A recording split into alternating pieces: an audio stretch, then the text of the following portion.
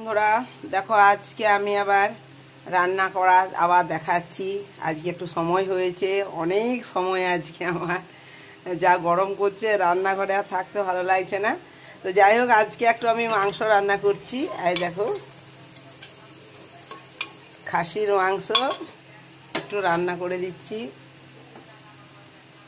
এত পেঁয়াজগুলো ভাজা হয়ে গেল, আগের থেকে পেঁয়াজগুলো দিয়ে দিয়েছিলাম গো, কেননা এত সময় নেই আমার, অনেক কাজ।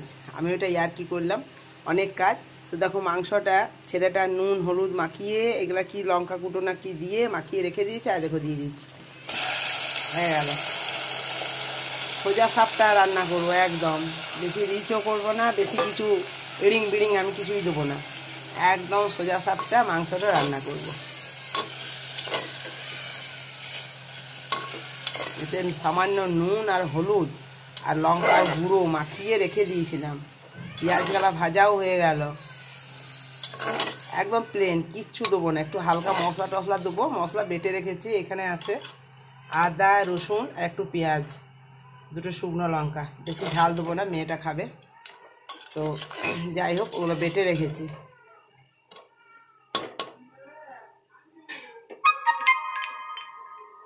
এবার এটা ঢাকা দিয়ে একটু কষা হোক। এই দেখো এবার আমি ঢাকাটা খুলি,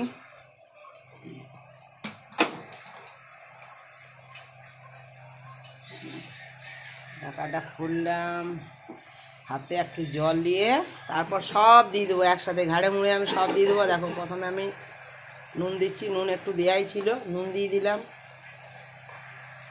এবারে আমি হলুদ দেবো, সব পাতায় পাতায় হলুদ দেবো, কারণ আমি ঠেকাঠেকি কিচ্ছু করিনি, আমি আলাদা করে এগুলো নিয়ে এসেছি। হলুদ দিয়ে দিলাম, ঠিক আছে, সব একসাথে দিয়ে দেবো। এই মাংসটা কিন্তু খেতেও ভালো লাগে। দেখো জিরে কুটো দিয়ে দিলাম, প্যাকেটের জিরে, এই দেখো জিরে দিয়ে দিলাম।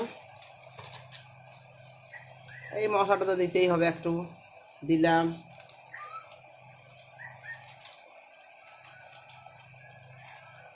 তার সাথে এই দেখো ধনে পাতা নেই, মেথি পাতা, মেথি পাতা খুব টেস্টি, মেথি পাতা এটাতে খুব টেস্টি, মেথি পাতাগুলো যা ভালো লাগে না, দারুণ লাগে খেতে। আর একটু দেবো চিনি,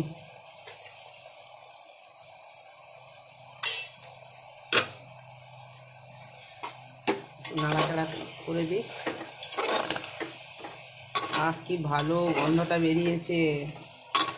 আমি কিন্তু একদম খুব পরিষ্কার পরিচ্ছন্নভাবে, একদম ইটির পিটির কিচ্ছু দিই না।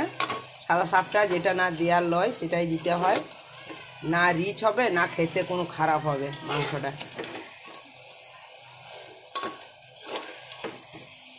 এ সস আছে, সস দেখো, সস দিয়ে দেবো, সস দিলে ভালো লাগে, ঠিক আছে। এবারে দিচ্ছি আমি একদম মশলাটা,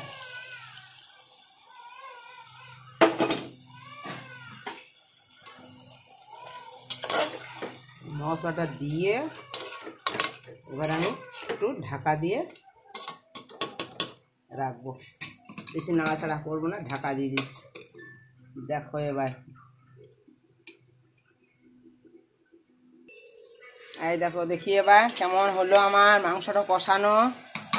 বাবারে হেভি গন্ধ বেরিয়েছে, এই দেখো, এই দেখো গোটা ঘরে গন্ধ হয়ে গেল।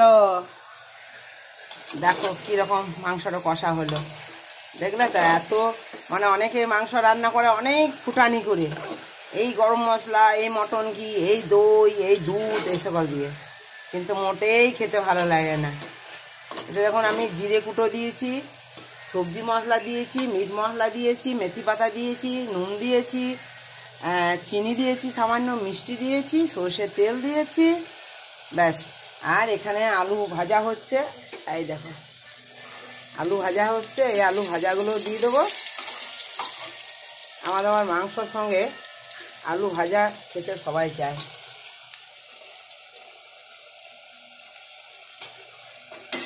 এখানেও ভাজা আছে, আর দেখো ভেজে রেখেছি অনেকগুলো আলু, ছোটো ছোটো আলু অনেকগুলো দিয়েছি। এরা আবার খুব টেস্টি, আলু দিলে বোধহয় মাংসটা খেতে খুব ভালো লাগে।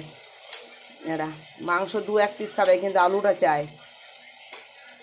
এই দেখো কতগুলো আলু দিয়েছে দেখো। আবার আমি কাটিনি আলুগুলো, ছেলেটা কেটে দিয়েছে আমাকে, ছেলেগুলো কেটে দিয়েছে। ওকে বললাম একটা আলুটা কেটে দে, খুব তাড়াতাড়ি আছে। তো দেখো আলুটা কেটে দিয়েছে। হয়ে গেল আমার মাংস কষানো হয়ে গেল। আলুগুলোও কিন্তু আমার তেল দিয়ে একটু ভাজা হয়ে গেছে। এবার আমি পাল্লা জল দেবার, বুঝতে পারছি। দেখো মাংসটা কি সুন্দর কষানো হয়েছে, ঠিক আছে। এবার কিন্তু আর বেশি নাড়াচাড়া করবো না, সমস্ত জল দেওয়া হয়েই গেছে। বেশি আবার ভাজা ভাজা করলে মাংসটা তিতো হয়ে যাবে। এবারে জল, এটা হচ্ছে মাংস ধোয়ার জল, আরও টেস্টি হবে। এই দেখো দিয়ে দিলাম।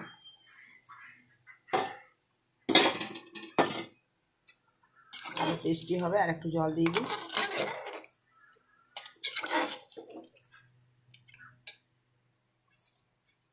এটা হচ্ছে মশলা বেটেছিলাম সেই বাটির জলটা। ডাল হয়নি বলে একটু সামান্য একটু ঝোল করবো, হলো। এবারে সব ঠিক আছে। এবারে জলটা দিয়েছি বলে আর একটু সামান্য নুন দেবো,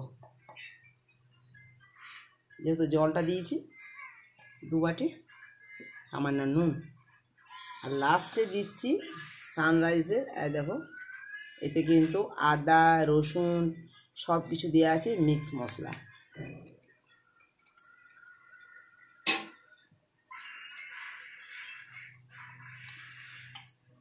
লাস্টে দিলাম, কারণ এটা দিয়ে ভেজে দিলে কিন্তু তিতো হয়ে যায়। লাস্টে দিয়েছি। এবারে কিন্তু আমি ঢাকা দিয়ে দেবো।